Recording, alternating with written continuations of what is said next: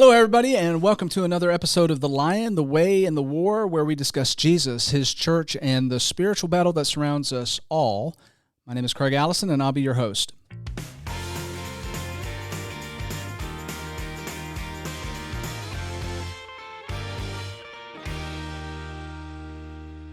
Okay, so today I'm sitting down with Robin Large. Robin and I and our family go back, at least 12 years. That's what I was thinking. Yeah, you've been here at Central much longer than we have. And we came 10, 11, 12, 13 years ago, something like that. I was not working as a campus minister at that time. I had a different job. And then it was just a few years in that the former campus minister resigned or retired, actually, who retired, and that position became available. And just that there's a whole story that I probably ought to tell at some point about how I became the campus minister, but that's not for today.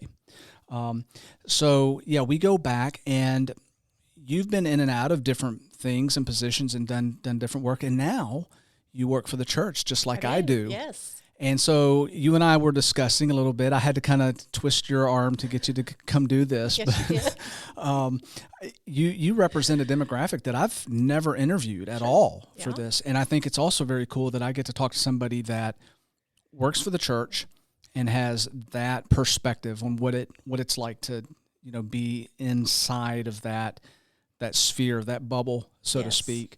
Because it's not always roses and unicorns and butterflies. True. Yeah, we hear the stuff that we don't want to hear. We don't really want to know, yeah. Church drama. So that's kind of what I want to talk a little bit about first, because it's all going to kind of like wrap back around into what it is that we're doing here today. Like, why is it that we feel compelled to work for the church despite that stuff? So I have my opinion, of course, but what's the hardest part for you about working for the church and being inside that kind of bubble? Yeah. Well, you kind of already hit on it a little bit, just trying to stay out of the drama. And not that we have a lot here. If we do, it hasn't come, through my office. I just haven't picked up on a lot. But that was one of the things when I took this position. I was like, I just, told myself, do not get sucked in to, opportunities for gossip and opportunities for, I just try to be really encouraging. And if someone was to say something about somebody, I try to just put a positive spin on it. Not that I'm perfect, but I feel like you have to have that mindset going in. I mean, you can't just not consider it, because it's probably going to come up and you're going to find yourself in the middle of a conversation that you really don't want to be in, and it took a nosedive. So I think you just have to be really intentional. Yeah, intentional is a very good word to use, especially, I'm glad you said that word, because there's a lot of negativity directed towards the church today. And I don't know if it's because, COVID changed the way people do church, and we saw a separation, churches dividing. And, I know that our leadership at that time was just under a tremendous amount of strain, because they were trying to decide, do we cancel services? Do we not? They had it coming from both sides, the pressure to do it, the pressure not to do it. And then even outside of the church, you had some that didn't cancel at all, and there were definite ramifications that came from that. And those that did cancel, that was also, part of the consequences were not ignored for those that decided to step away for a brief period of time. So I'm not disclosing any secrets or anything. Central decided to shut down services, just erring on the side of, let's call it an abundance of caution.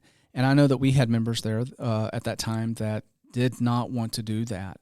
But we had an overwhelming majority that thought that was the right decision to make.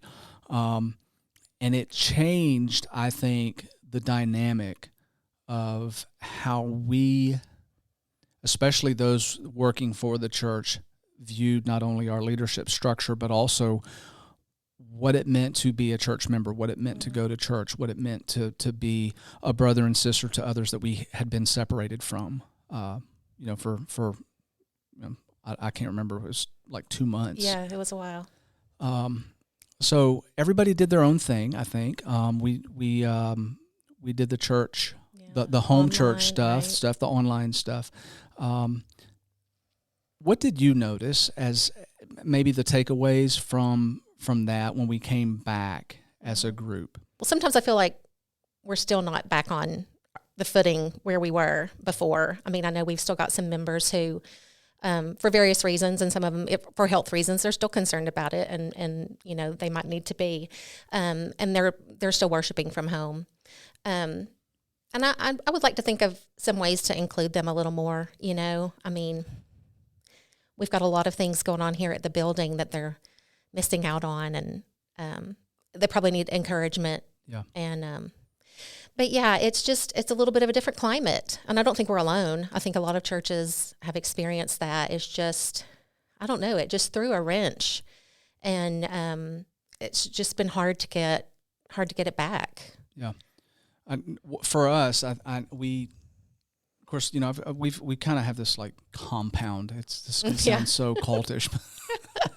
It's not really, I promise. You said it. We too enjoyed that time where we had home church and just like connecting more in that regard as a family, and I think really capturing what we've got at the Christian Student Center, which is kind of like that vibe, that atmosphere all the time, and reminding me, or I like to think that that's very similar to the Acts 2 way of doing things. Yeah. And certainly, there was a lot of small groups and home churches during the first century.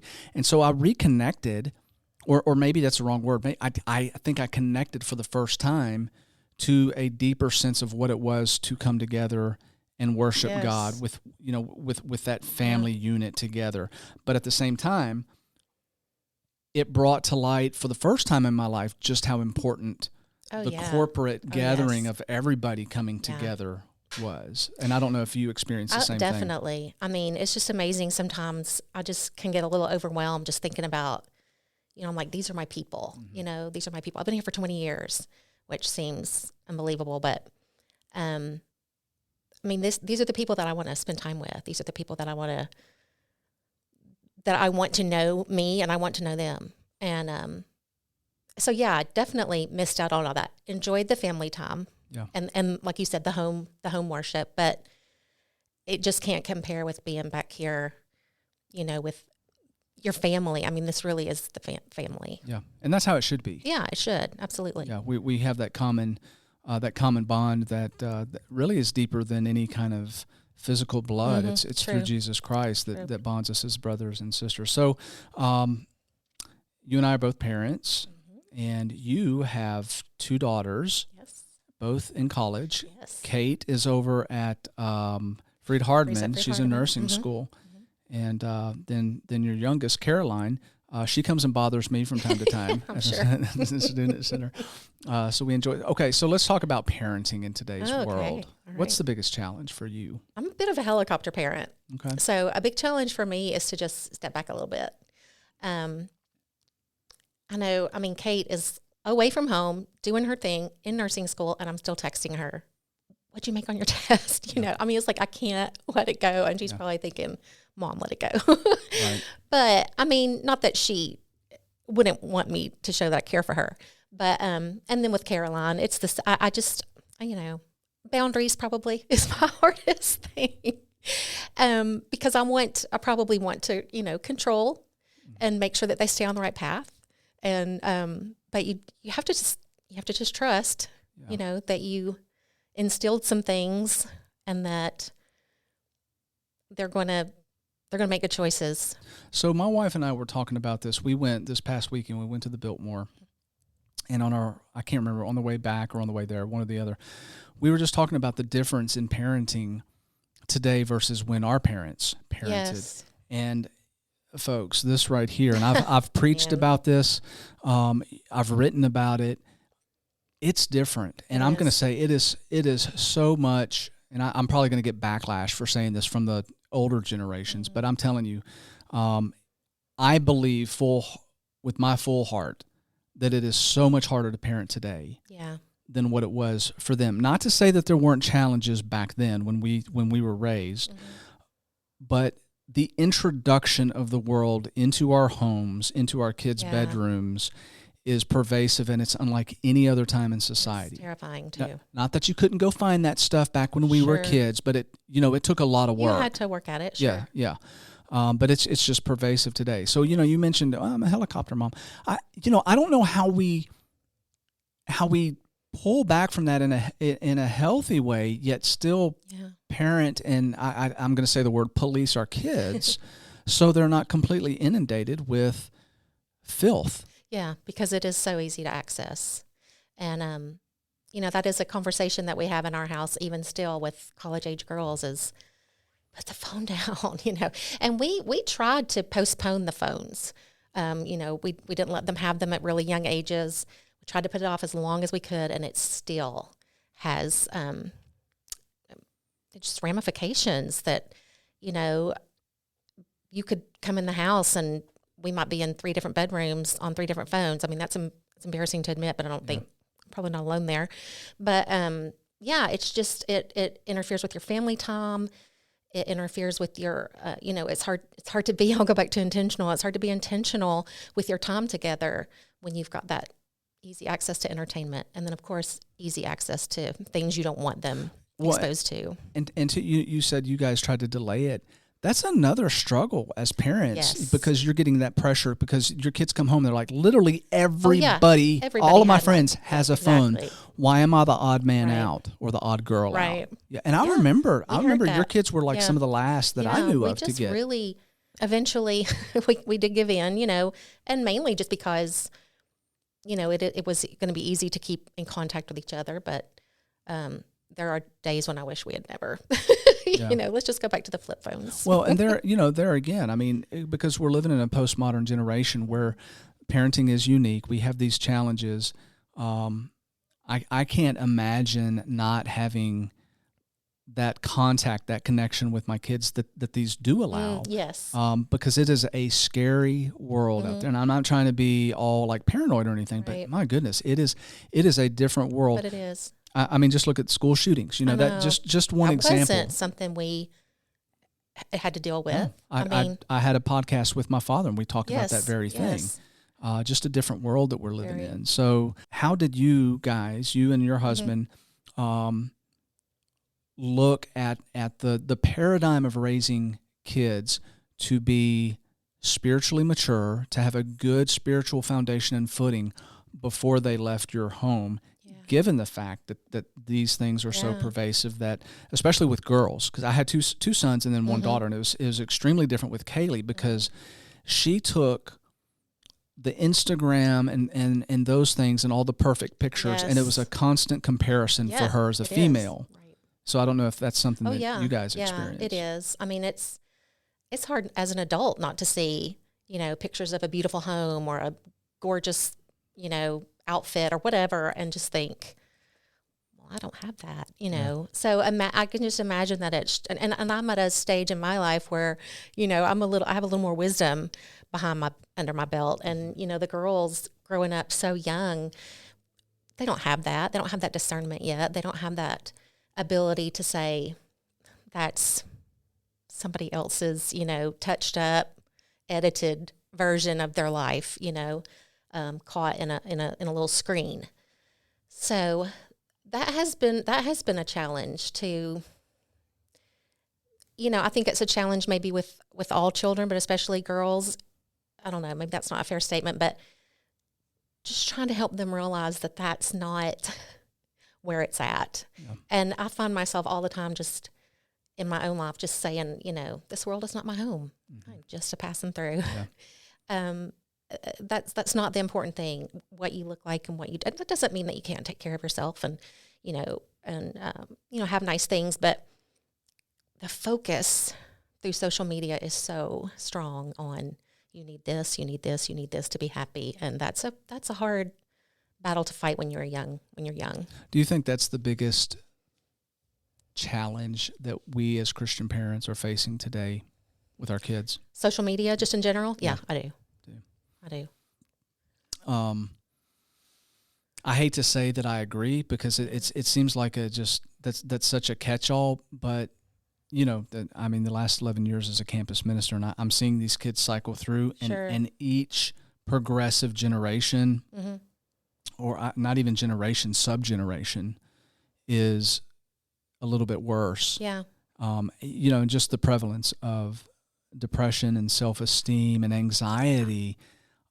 It's amazing to me that the vast majority of our college students are on medication of some kind because of the pressures, just the tremendous constant barrage of you're not good enough. You're not good enough. Look at this. Look at this. Look how perfect this is. It's true. So I know, with my boys, we didn't experience it to that level, but with Kaylee now, with that, the female psyche in those really impressionable years, from like 13, 14, 15. Because you compare anyway. Yeah.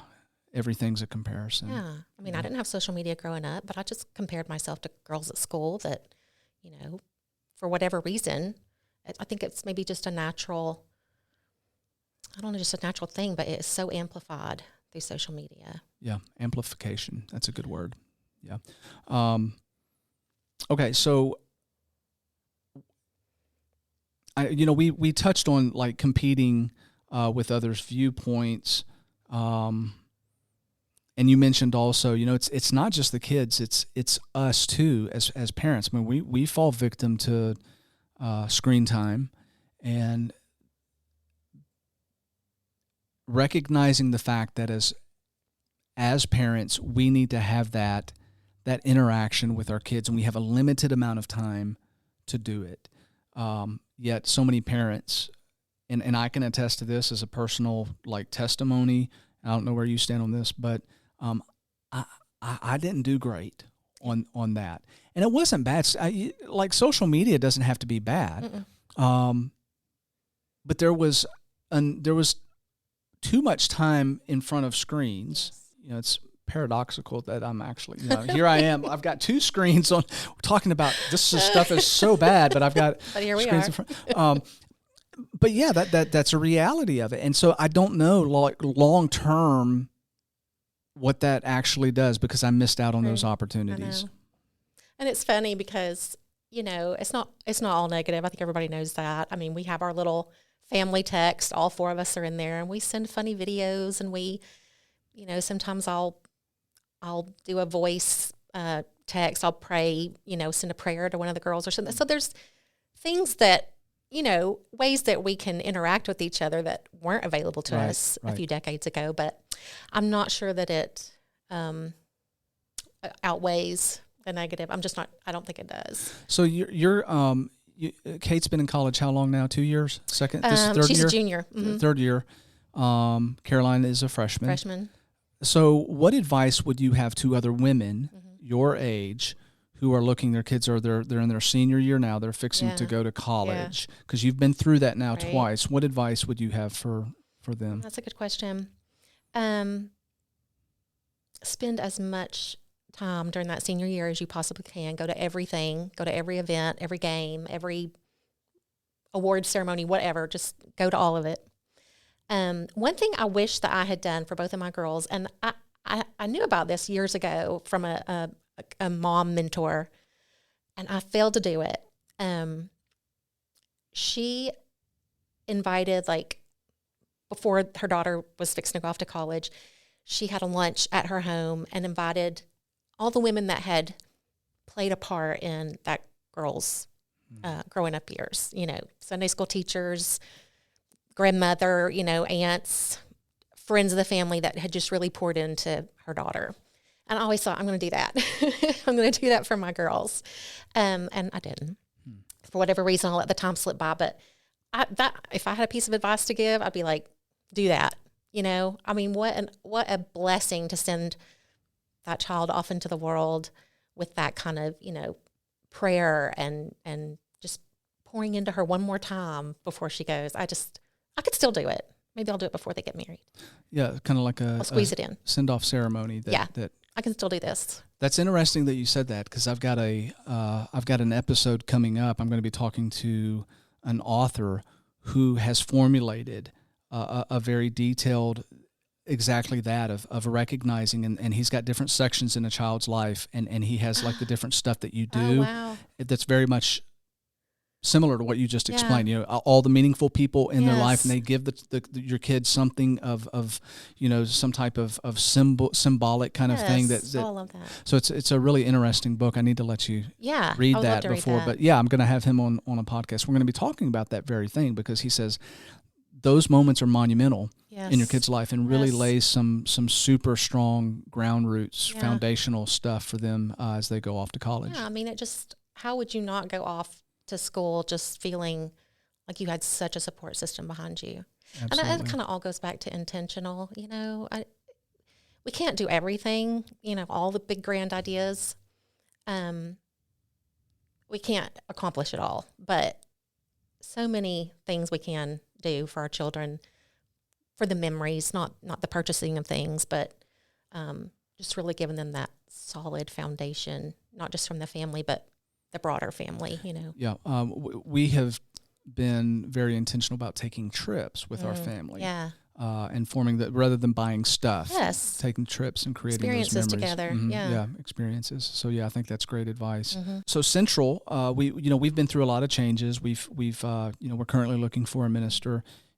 You've been on board as a full-time secretary, and I'm going to add, man, you've just knocked it out of the park. I've heard so many great compliments about all the stuff you're doing, and just like a lot of different things, visual, and just, yeah, there's a ton of stuff. What is your thoughts about the future of Central? I think we have a lot of potential here that we haven't even tapped into. And I think, it's easy to get discouraged sometimes. We are in a transition phase right now without having a pulpit minister, but, we've had some great fill-ins, and people that we wouldn't have really heard from otherwise. And it's just been, I've enjoyed it. I've really enjoyed just the change. And of course, I'm looking forward to having someone, full-time, and just somebody that's the consistency of it, and just somebody that's really willing and ready to invest in Central. But I just want to be, I don't know, this is probably a weird story, but we've got these flower pots outside the building, and I water them most every day. And it's just such a weird vibe to be out there sometimes, because some people will come by and they'll smile at you and they'll be like, hey, that looks so good. You're doing a good job. Green thumb, way to go. But a lot of people come by, and I'm always ready to smile at somebody and let them know that we're a welcoming place on the corner. Mm-hmm. And they don't want to make eye contact. I've had a few people glare. And I just think, what experience did you have in your past that made you just think negatively about people that, religion, I guess. And I just want us on this little corner of downtown to just be a positive outreach. I just want us to be warm and welcoming. I think we have that. I'm not saying that we don't. But I just think that should be a huge focus for us going forward, is to just make sure that those people that walk up and down the sidewalk know that we're okay. There are good people in that building, and we care, and we're warm, and we're open, and we're friendly. And so that's one of my missions, actually, when I'm out there watering the flowers, is just to make eye contact with people and just smile and just be like, whatever you've dealt with in the past, that's not here. So I think it's important that we make sure that we are welcoming and friendly and open and warm. But so that's kind of that's one of my visions for Central. I hear this word a lot now, especially in that, I would say, the young adult demographics. Yes. We're talking, 25 to 35 age range. Church trauma, not drama with a D, but Yes. but trauma. Right. They've been traumatized Yeah. by church. I was having a conversation a few weeks ago with a girl, and she falls into that age range, and very clearly is focused on not only her church trauma, but some of her friends' church trauma. And I rarely go a month without hearing that word, talking to somebody about the trauma that they have endured because of church. So, kind of going back to one of my earlier points about people's view of organized religion as a whole. You know, and I mean, let's just face it. I mean, we haven't done a great job. And when I say we, I'm talking about Yes. churchdom. Yes. Okay. Yes. You know, here we are in a downtown community, smack dab on right outside of a university campus, and we're dealing with these people that are averse to it. And so one of the conversations I have is frequently is, I'm spiritual, but I'm not religious. Yes. And, you know, I don't want to go and sit in a church building and listen to a bunch of people pretending to be Christians and sitting down next to a bunch of hypocrites. Yeah. And I cannot tell you how much that bothers me, because the church, what's the point of Jesus coming and doing what he did if we're all going to be perfect? Exactly. I mean, we don't even need a church if we're all perfect, you know? So I tell those people, I'm like, look, you're right. You're right. We are a bunch of hypocrites and liars and adulterers and cheaters and, you know, the list goes on and on. And, you know, we come together and there's some people there that are probably not there for the right reasons, but I'd say for the most part, man, we're just trying to fix ourselves. We're just trying to come together as a community and, you know, love on each other. Yeah. Be kind to one another, encourage one another to be better tomorrow than what we are today. And I don't know how we get that message out better to people. I don't either, because it feels like hitting a brick wall sometimes. Yeah. It is hard. I mean, I think we've all, whether we've experienced deep church trauma or, you know, just some, you know, irritations and annoyances and things like that, we've all got a story to tell about why we might not need to be here. Yeah. But you just have to look at the bigger picture. I mean, we're just people. Yeah. And the bigger picture is that we're not here to pick each other apart. We're here to worship. And if that friend over there is, you know, doing something that I find offensive, grace. Yeah. Grace. You know, I've talked from the pulpit when I fill in and stuff, and I've talked about, you know, the worst that I've ever been treated. The worst things that have ever been done to me have been by church members. Oh, yeah. As opposed to people that I don't really know, the outside world.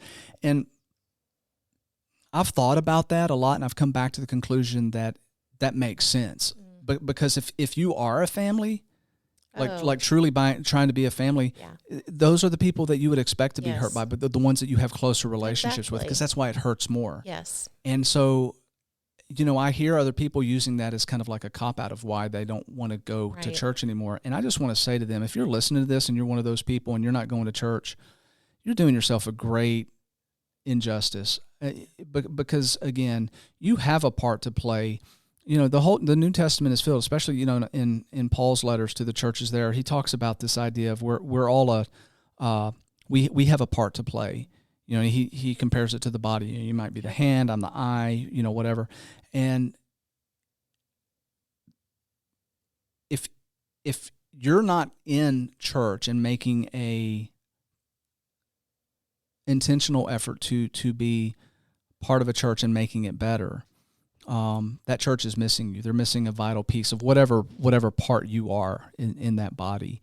And so I see this as a time, you know, kind of coming now back full circle as a post-COVID smallish church in a downtown community that I think for the most part has an identity wrapped around college, that demographic, that we have an opportunity to express to as many people as we can that, yes, we're broken, we're imperfect people, but I'll tell you what, I mean, despite the flaws that Central has, and we do have them, I have yet to experience a church that has the type of deep, meaningful, generous love that I've seen out of this particular congregation.